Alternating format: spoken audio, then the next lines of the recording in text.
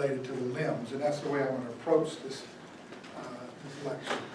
You need to know the routine and the special test associated with these different regions, and you need to know what constitutes a normal finding and what constitutes an abnormal finding and how to interpret that abnormal finding. So those are the things we're going to go through today. First of all, you don't start a patient encounter with the physical exam. You start with the history of present illness.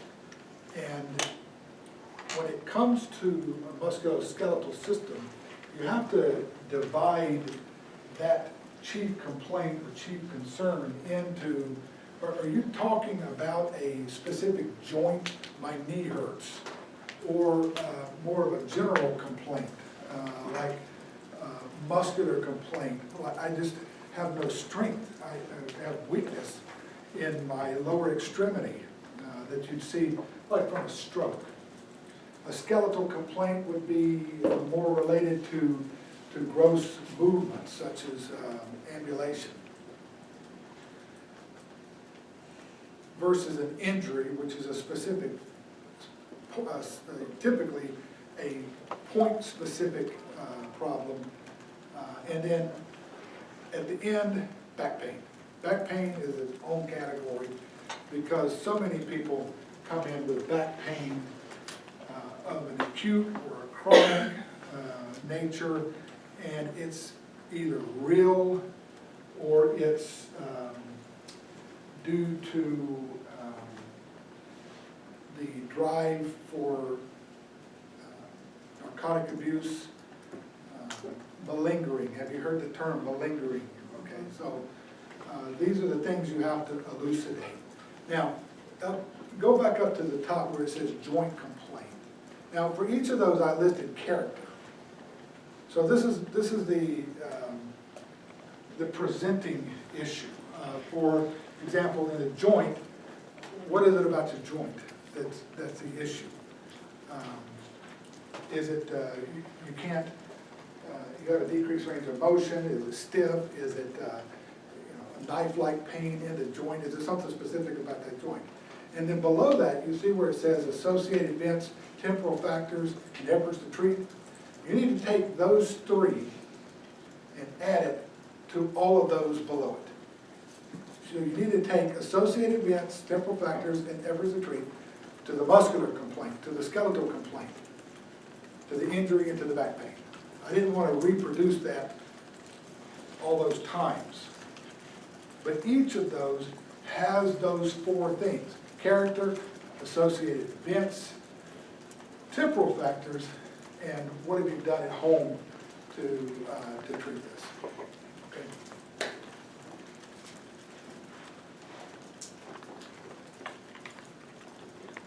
Past medical history comes next. In addition to the past medical history that you need for your chart, your documentation, like previous hospitalizations, you need to ask on a musculoskeletal complaint or a complaint involving the musculoskeletal system, and I'll get into that later on. You need to ask those specific things. Has this area been traumatized or had surgery performed on it in the past? Have you injured it in the past? And if they say yes to any of those, when was it? And what was the resolution? What did they do for it? Yes, I've had surgery on my shoulder. What type of surgery did they do? Was it a rotator cuff? Was it a fracture? You have to go into specifics on positive answers for these. Chronic illnesses are related to the musculoskeletal system. If I've had a history of renal cell carcinoma or prostate cancer, and I come to you with low back pain, that ought to ring a few bells in your noggin. If you've had breast cancer 5 years ago, oh, but I had mastectomy, I'm cleared. But you're now complaining of pain in the upper back. You better associate those two. That should be on your differential. And not just the back, but chest wall pain, arm pain, anything. Okay?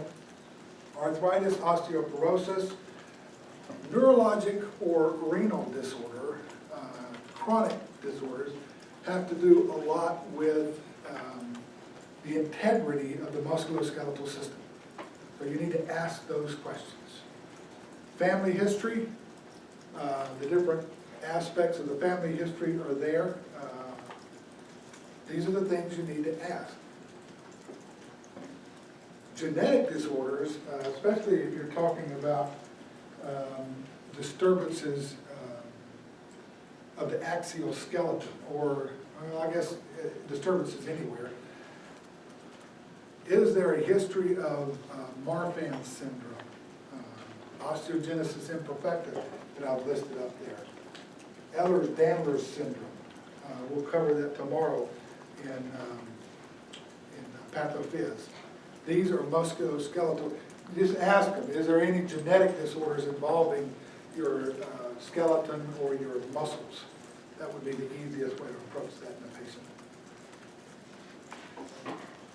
Personal and social history. Employment, the specific thing related to employment is lifting.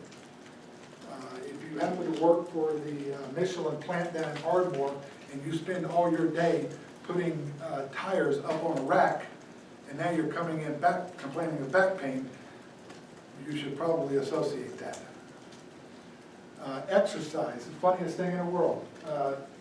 Today, there are keys up here. Does somebody leave their keys?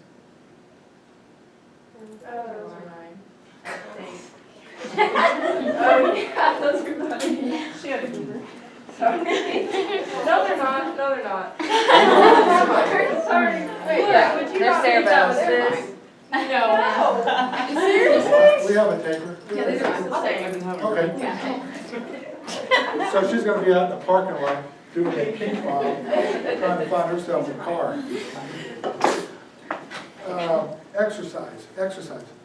So I had a conversation with a guy this morning who was complaining about numbness and tingling in his shoulder. And he's been complaining about this forever.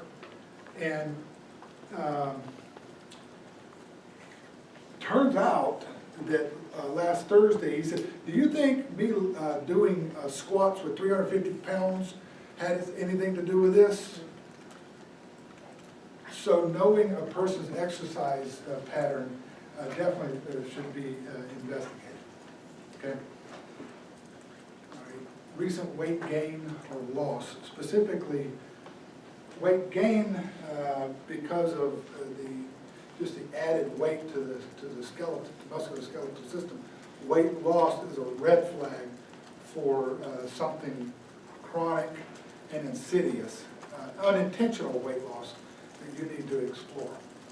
Nutrition is something you need to pay particular attention to, especially in the geriatric population when you're dealing with vertebral fractures and other osteoporosis related events. Okay? Tobacco and alcohol use should be asked of everyone. The review systems, when you get to the review systems, the musculoskeletal review system should include these components. All right.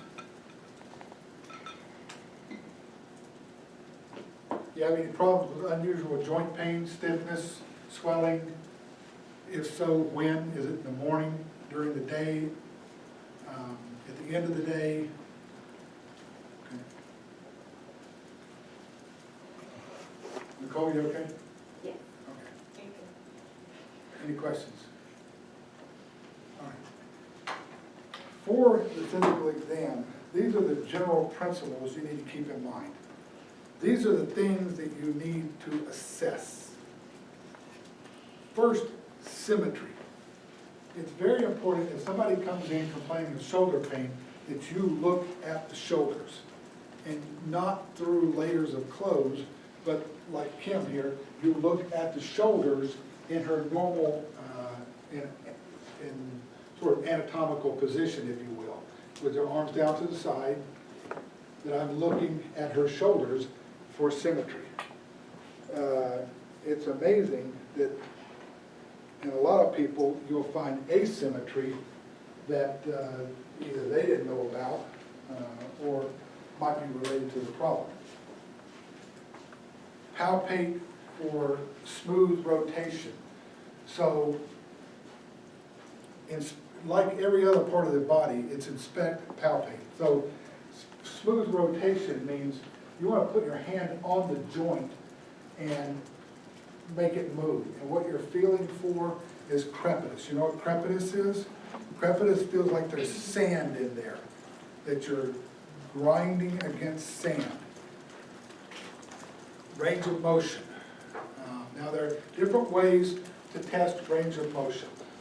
There's a component called active range of motion and passive range of motion. Active range of motion means that they move the joint.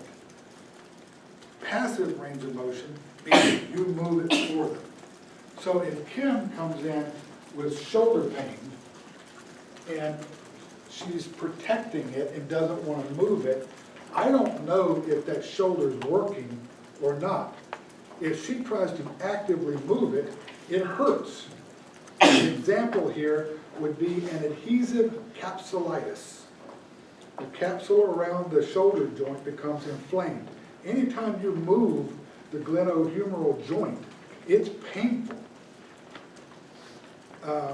And she doesn't want to move it. So I want to know, what is the range of motion of that joint? Well, it's a lot different if she moves it versus if, okay, just let your arm fall and I move it.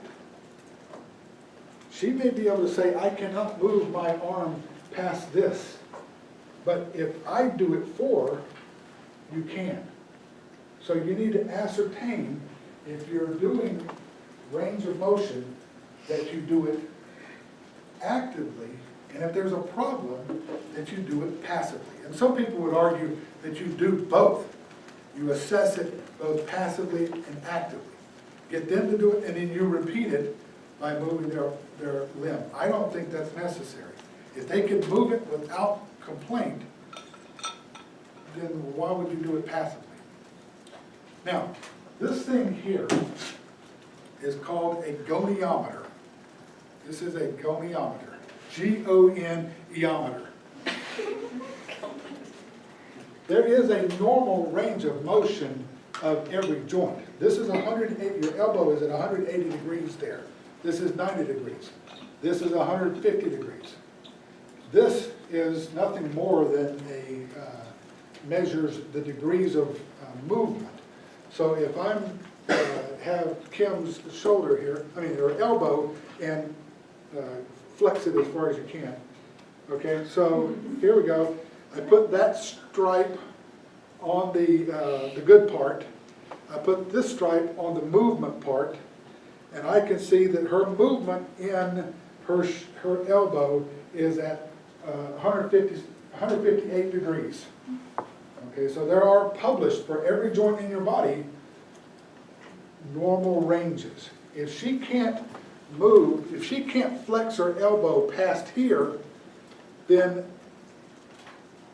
my goniometer says that's only at 65 degrees of movement. If I'm going to refer Kim to physical therapy or orthopedic surgery or rehab or something, I need to put that on there. Patient has a limited range of motion in her left elbow, full extension, flexion is limited to, what we say, 65 degrees. All right, goniometer. Stability. Stability is a big deal, especially on weight-bearing joints like the hip and the knee and the ankle. It also is a big deal in the shoulder because of the frequency of shoulder dislocations, especially in athletes. If a patient has on their complaint, has in their complaint that, and you'll see it frequently, you'll hear this frequently, is that my knee feels like it's going to give way.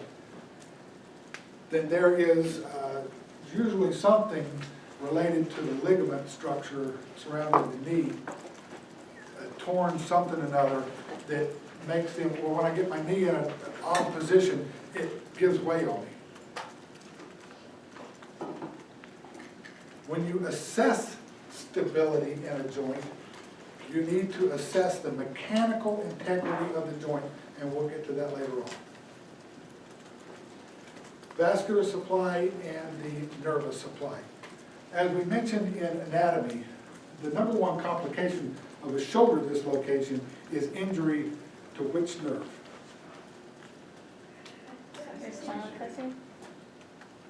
Somebody said axillary.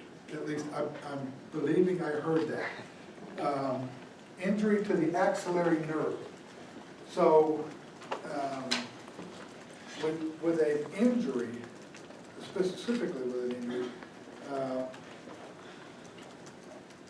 or with things like back pain or sciatic pain, you need to assess the integrity of the nervous system.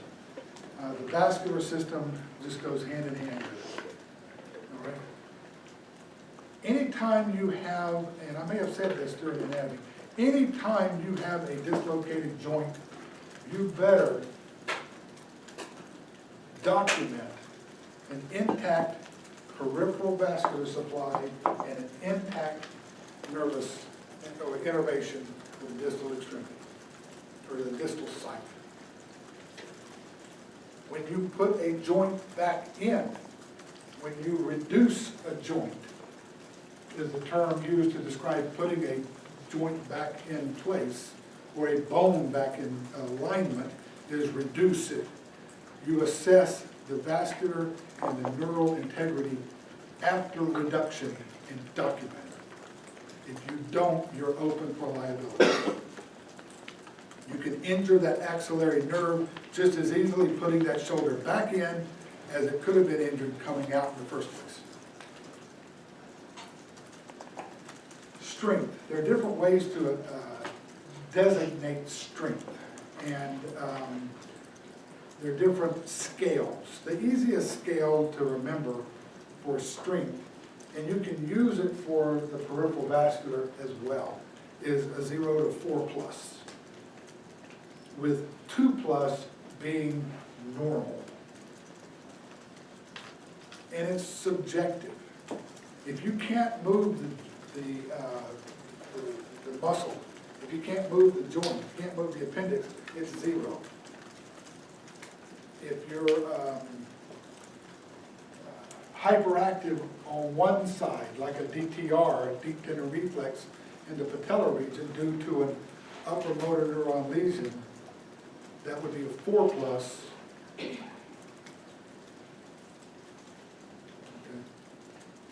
So it's just totally subjective. The thing that you want to pay attention to in terms of all of these things is one side the same as the other. If you have 4+ strength in your extension of your knee on the right and a 1+ on the left, and you're complaining of a left side problem, then something's probably wrong. Symmetry is what you're looking for. And then finally, there are a whole host of special tests related to the musculoskeletal system, and we'll go through most of those today, or a lot of those today.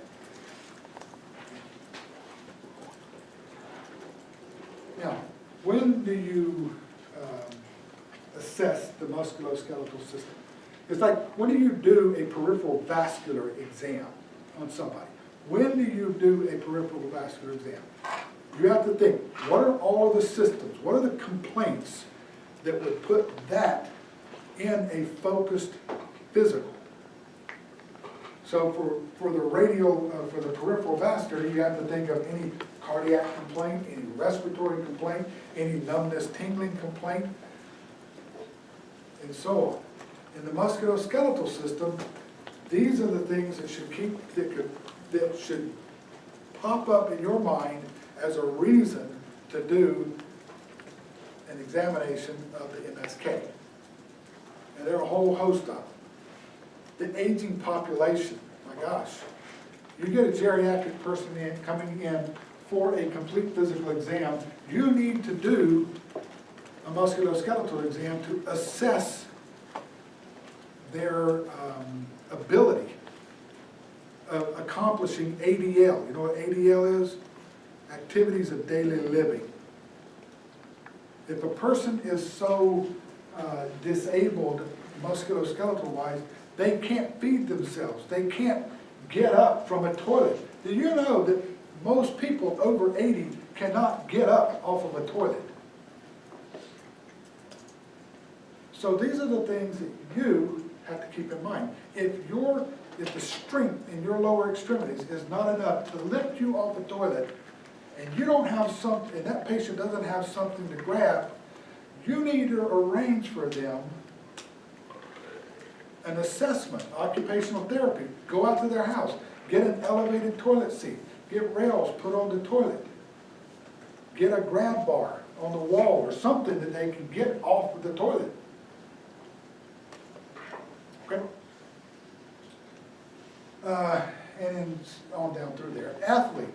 For those that have done the pre-participation sports physicals, most of that form from the Secondary School Athletic Association has to do with the musculoskeletal system.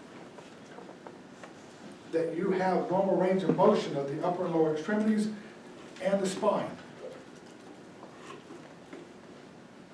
Right? Degenerative diseases, disc disease is a big issue, of course. Muscular dystrophy, multiple sclerosis, Lou Gehrig's disease, and then specific joint complaints due to overuse, which if you think of it as more like the what do they call it, the weekend warrior, the people that go out and decide that they're softball players, and they join a senior league and go out yesterday in 100-degree heat for an hour and a half with these 75-year-old guys who ran rings around him, and today he feels like his knees are about to fall off his body. Okay? That's overuse. Somebody I know did that. All right? I need to sit down. Mechanical injury obviously is, I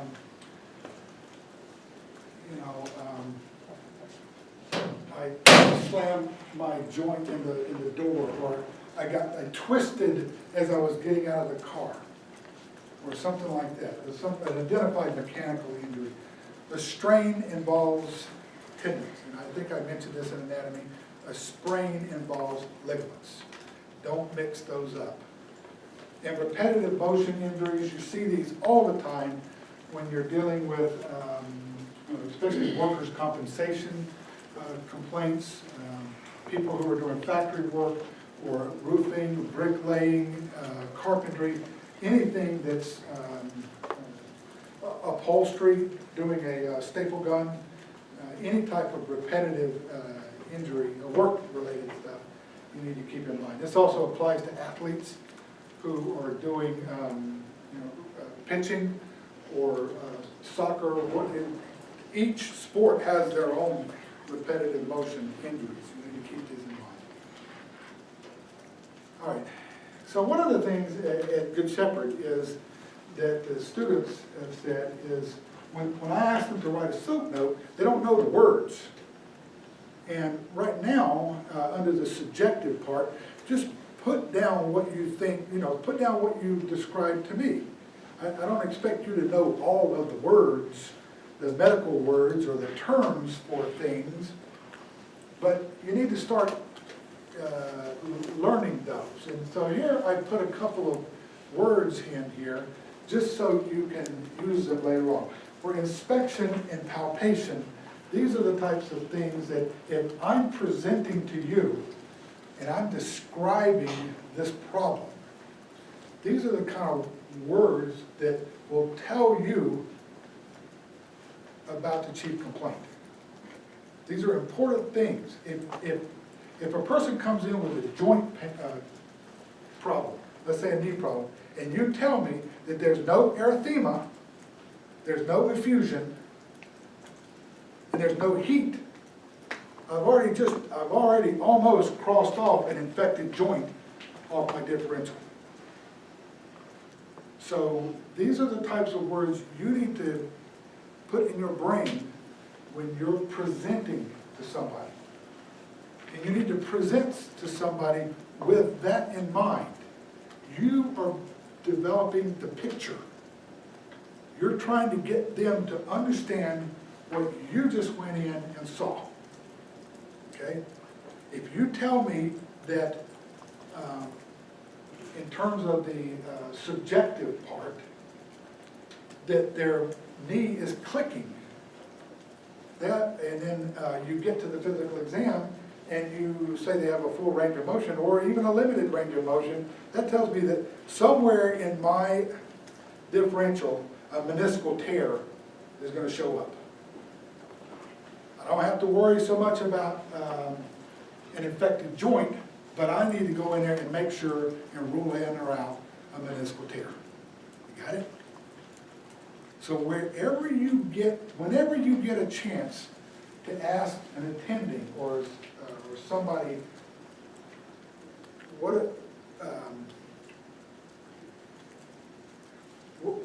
how do you want me to present this? You need to do that, because you need to learn this language. Right? The young fella here with the very clean hat on, being a scribe. Anybody else a scribe before they came? Oh, there's several of you a scribe. The thing about being a scribe that gives them an advantage is that they've learned this language already. Now, we don't expect you to know this language right now, but now is the time for you to start developing it. Okay? If you tell me that there is no mass in this knee, then I'm already saying, okay, well, I can probably, hopefully cross off some type of osteosarcoma as a cause of this knee pain. Not cross it off completely, but that goes down on my differential. All right, so let's talk about the physical exam stuff. We'll start with the axial skeleton. And we'll start with the C-spine. Now what I'm going to do is I'm going to go through these different slides here. I'm going to demonstrate some of these things. And then we're going to put it together all in the end. Now, when you talk about the musculoskeletal system, they always include the temporomandibular joint. I kind of put that in there with, you probably ought to palpate and inspect and do the range of motion on the T and J when you did the H-E-E-N and O-T. So I didn't put it into here. Simply, you just grab them, open your mouth and shut it. Is there any crepitus associated with that, and is it a full range of motion? Okay. On the cervical spine, and you get a lot of complaints from patients about C-spine related problems. You need to inspect it, the front, and you need to come around behind them and inspect them from behind. Looking for, again, symmetry. I'll read this row out there. Looking for symmetry. And one of the things, especially with the C-spine, is that in students, I mean, what are you doing all day? You got your head down, looking at this screen or paper or something like that. By the end of the day or by the end of the weekend for a test, you're hurting back here, right? That inflammation from looking down causes spasm.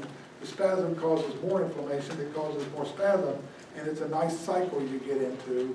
You take Motrin, well, that takes care of the inflammation but not the spasm. If you really want to fix the neck pain, you need to be on a muscle relaxer and an anti-inflammatory. But you can look at a person's neck that's in spasm and you can see it. You can see that it's not symmetric. You put your hands on it and it will feel like hard versus the other side. That's spasm. If you're dealing with a C-spine, if you're examining the C-spine, you need to assess range of motion. And basically, you just say, I get patients to, I say, take your chin and touch it to your chest. Now look up at the ceiling. Now touch your ear to your shoulder. Now touch your other ear to the shoulder. And as they're sitting there on the table, I say, turn around and look at the wall. So I don't care if they move their torso like this, because they're gonna have to move their neck as well. I'm looking at rotation. Turn around and look at the other way. So I do rotation in that manner. My wife just pointed out to me the other day that I seem to have limited rotation in my C-spine. I don't know why she thought of this, but you have exposed ears. Put your ear to your shoulder. Look, put your ear to the other shoulder. Look, she can move her head all the way. She can put her ear. I can't go any further than that. I can't go any further than that. I'm not kidding with you. I'm not trying to do it. I can't go any further than that. Right? Huh? Do that again. That explains a lot. That's what she said. That's what she said. And to look at the wall, I mean, I cannot turn around, look at no, don't turn your chair around. Yeah, so you see how far she can rotate? I can't rotate my head past 90 degrees. That's the oddest thing. Why would she notice that? Anyway, I'm 58 years old. That's normal. It's not normal for you. It's normal for me to have some increase in limiting ranges of motion. Right? I don't have any cervical related pain. I just handle my neck as far as you can. Has it got anything to do with flexibility? No, I don't think so, because I think I developed this as I've gotten older. No one ever said to me in 58 years, hey, you can't touch your ear to your shoulder. But sure enough, I can't now. So I think I've developed it. And you see the geriatric population. Any geriatric patient, they have decreases in range of motion, particularly of the, not only just the axial skeleton, but the major joints, like the shoulders and the hips and knees. Okay? Strength, you need to assess, especially with a C-spine exam, you need to assess strength. And the way you do that is if Meredith, push against my hand, pull back, turn your head that way, put your ear, there you go. All right, so you're just testing the strength of the C-spine muscles. Deep tendon reflexes. We're going to work on deep tendon reflexes. I've polled a couple of you, and you don't feel that comfortable. Some of you say you don't feel that comfortable with deep tendon reflexes. Well, you gotta know how to do this. So I brought the neuro hammers, and I see enough knees in here. You're going to get a DTR before you leave here today. So on somebody. But you need to be able to do that. The deep tendon reflexes that you associate with the C-spine would be all of them. Because if you have a decrease, an issue with DTRs in the biceps, you're going to have a problem lower down as well. And special testing. Special testing for the C-spine, there's a condition where people can have an extra rib, cervical rib. I may have mentioned this in an ad. Did I mention this in an ad? Cervical rib. In other words, the normal T1 is right here. This rib comes off, and it's usually only about that long. It doesn't attach to the manubria. It doesn't attach to the sternum at all. It's just an extra rib, and it usually appears on one side. The problem is you've got the axillary, you've got the brachial plexus, and or the subclavian artery becoming the axillary artery that goes over it, and it can impinge particularly the neurovascular supply to that upper extremity. And I've seen this a couple of times, and it's really remarkable when a thoracic outlet syndrome is due to a cervical rib. The way you test for it is, let me get Kim over here. The way you test for it, if she complained, the chief complaint usually comes from a young person like your age, that she complains of numbness and tingling, coldness in her upper extremity that's not related to a dermatomal pattern. It's not a radicular pattern, it's more like the whole hand, or the whole forearm down. So the way you test for this is you take, and I'm going to feel her radial pulse. There's a radial pulse right there. And I'm going to turn her arm up like this, and I'm going to move backwards like this, move her arm back, and then I'm going to have you turn and look at your hand. So when she does that, the movement of the neck, along with stretching the upper extremity, will make the pulse go away. That's a positive sign. And it's very, it's not, it can be diminished. That's not a positive sign. It goes away. So that's a test for a cervical rib. Thoracic outlet syndrome, though, can also present because of breast cancer or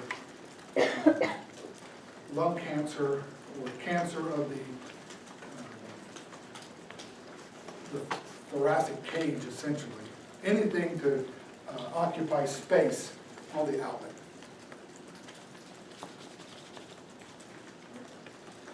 Thoracic spine, about the only thing you're going to pay attention to with the thoracic spine is kyphosis or scoliosis. And Jared, let me get you down here. Can I get you? So during the physical exam, just down here. During the physical exam, I'm going to have him turn and face the fan back there. Okay? Now, you need to be able to see his back. If he has a sweater on, he needs to remove the sweater. What I want you to do is, I want you to bend down as far as you can. You don't tell people to touch their toes because a lot of people can't do that, but you probably can. But just bend down. So as he's bending down, I'm looking at his back, the alignment of his back right here. And I can feel his spinous process. Put your finger on the spinous processes. And look right here in particular. You want this to be absolutely symmetric. Now slowly come up. And as he comes up, you're keeping an eye on him, making sure everything is symmetric. He does have a slight curvature of his thoracic spine. Would you be okay with taking your shirt off? I have before. Did I ask you to do it? Okay. It was more of like a class. Go ahead, come down here, Derek. I'm just saying, that's All right, okay. So you got to stand behind him. So what I want you to see is as he bends over, go ahead and bend over. All right, you see this side right here is about just a couple of millimeters higher than that side. Can you turn your backside towards the glass? I don't know if you might stand up to see, but this side here, this thoracic side, is slightly higher than this side. If you can't. I have scoliosis if you want me. Oh, okay, we got a scoliosis victim. Come on down, come on down. Now, also, as you're doing this, it's not just the thoracic spine. Go ahead and do it over again. It's the lumbar spine you're looking at as well.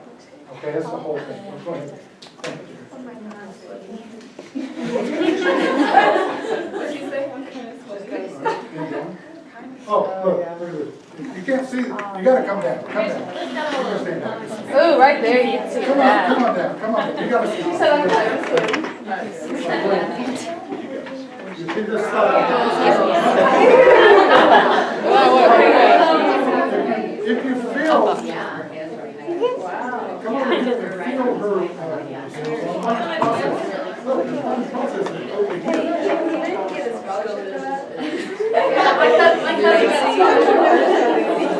So feel her spinal process. Is that one back there? Yeah.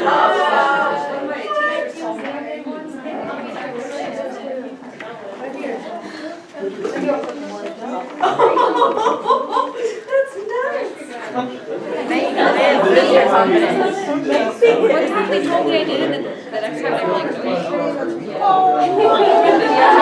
For a year. I'm gonna be like working the yard, be like, God bless. Do you guys back me up on that?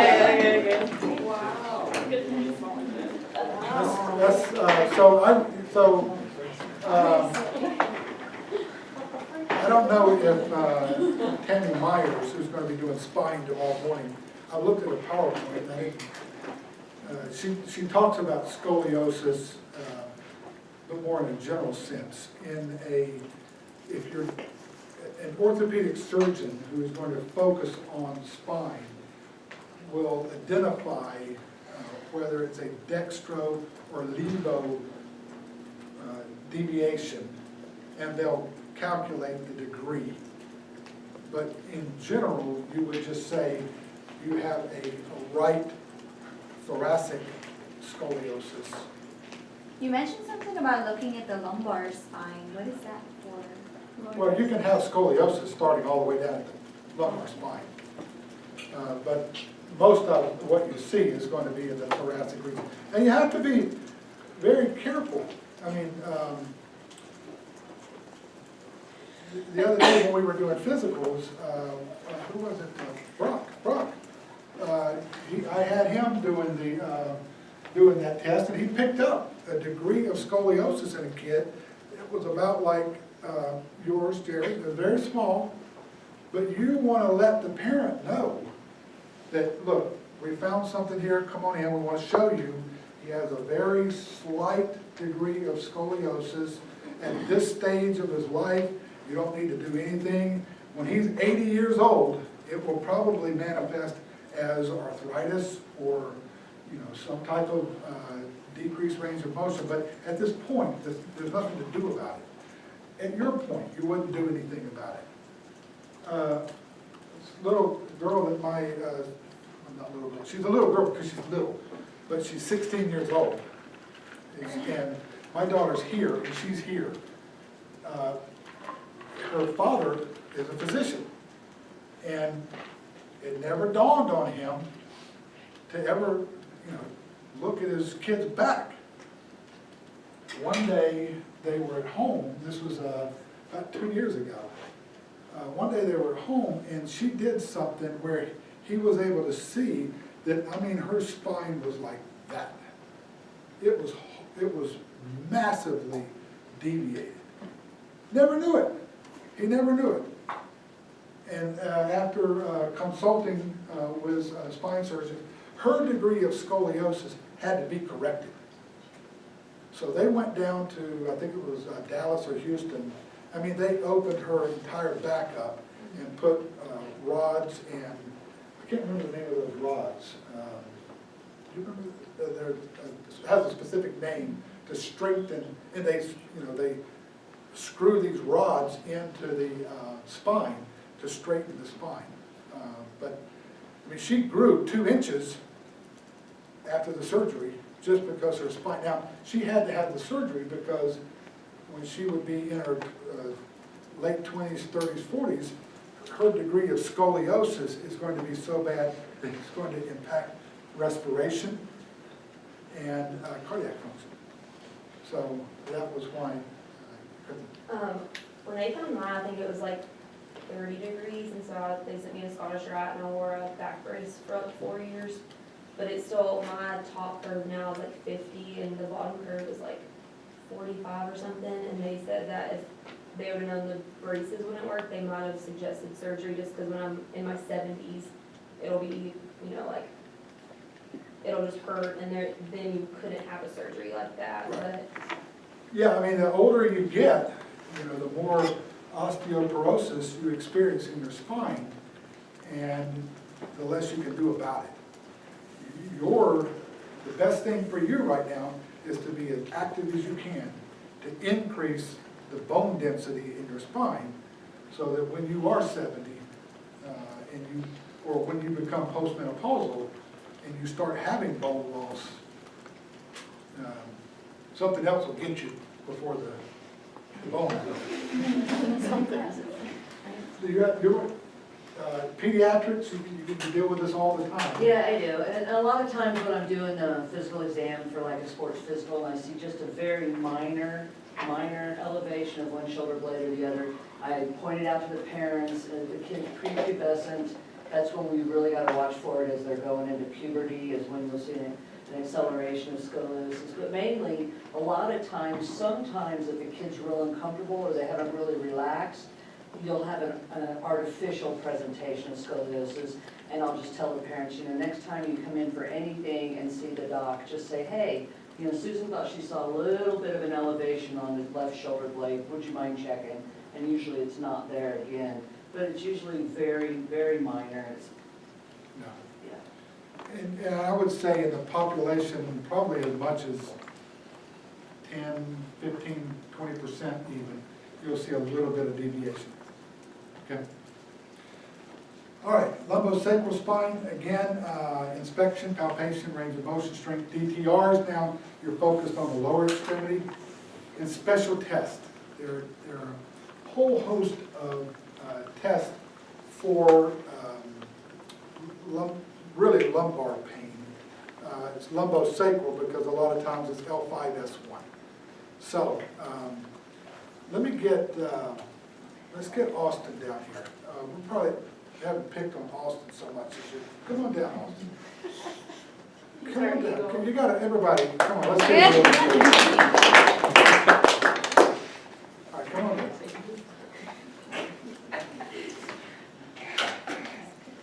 Just have a seat up here.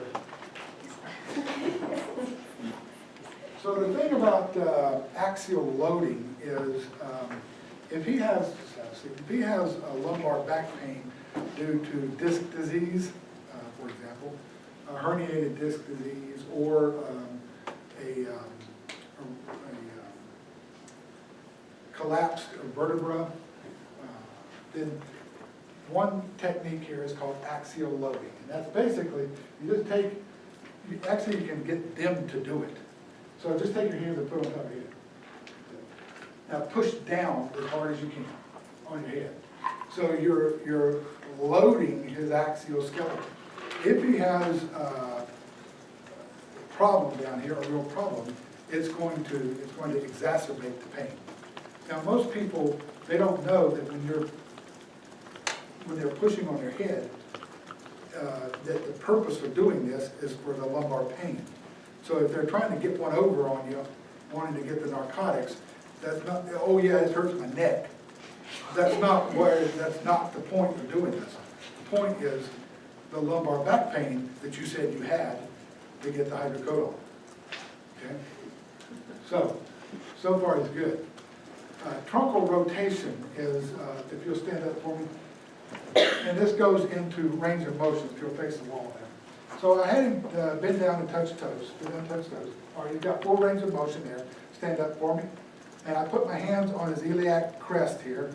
Bend backwards as far as you can. Okay? There you go. Whoa! Right. Now take your hand and run it down the outside of your thigh. Just run it down as far as you can run it. Go as far as you can. As far as you can. All right, so that's lateral bending. Go to the other side as far as you can. All right, that's good. Now, I stabilize his pelvis. Turn around and look at me. Okay, that's truncal rotation. Turn around the other way and look at me. There you go. So that's a normal degree of rotation. All right, go ahead and have a seat. Palpation of the greater sciatic notch. You remember the greater sciatic notch, the pelvis there. You have the two notches. And then everything inside the pelvis that's going to lead to the lower extremity goes out the greater sciatic notch. In particular, the sciatic nerve. So what you want to do is you want to palpate. If he's complaining of sciatica or inflammation of the sciatic nerve is on your differential, then what you want to do is you want to put your hand in the greater sciatic notch. And the way I do that, oh, by the way, this axial loading, it's better if you don't do it, because if he happens to have some significant vertebral problem and you do it and you make him a paraplegic, that doesn't do well for your insurance thing. So have them do it. All right, so, before I forget, I wanted to mention that. So, palpation of the greater sciatic notch, what you do is you take your karate hand like this. Make your fingers taut. And you're gonna come around, and I actually do it, can you like hang on to that? All right. So what you do is you say, I'm gonna put my hand on your butt. One, To someone in anatomy? huh? Do you do this to someone in Did I do this to somebody? I don't think I did. Yeah. Did we do that to you? Okay, so, all right, so that's what you do. That's what you do. Is you come in here and you put your, where's his greater sciatic notch? Is right here. He's sitting on his tuberosities, right? Right above the tuberosities is the notch. So you're taking your hand and you're pushing on the sciatic nerve right there. Does that hurt? If he has sciatica, it will hurt. All right? Any questions about that? All right, piriformis sign, if you can lie down for me. Remember the piriformis muscle? It starts on the inside of the sacrum and comes out and attaches to the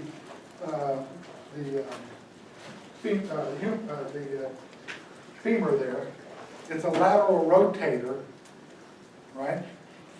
So, if he has pain down in this area, or sciatic type pain, then what we're gonna do is we're gonna move the piriformis muscle and see if we can exacerbate his pain. Now, when the hip is flexed up to about 60 degrees, the piriformis functions as an external rotator, okay? When the hip is flexed to 90 degrees, the piriformis functions to abduct, it pulls the head in, so it's going to abduct his lower extremity. So those are the two actions of the piriformis. At 60 degrees or less, it's rotation, and at 90 degrees, it's abduction. What you want to do is you want to take either at 60 degrees or at 90 degrees, whatever you want to do, and do it against resistance. So 90 degrees, push out against my hand here. Push, push, push, push. Pull back in. Pull, pull, pull, pull, pull. You can go to 60 degrees here and say, I'm going to rotate your leg. Don't let me do it. Like that, and push in, like that. So if he had sciatica, contracting the piriformis against resistance will exacerbate the pain. Okay? You can sit up. And that's another key throughout the exam of the musculoskeletal exam. We talk about passive range of motion, active range of motion. You also need to, as you're assessing strength, do it against resistance. Okay? Do it against resistance. All right. Thank you, sir. All right. That's the axial skeleton.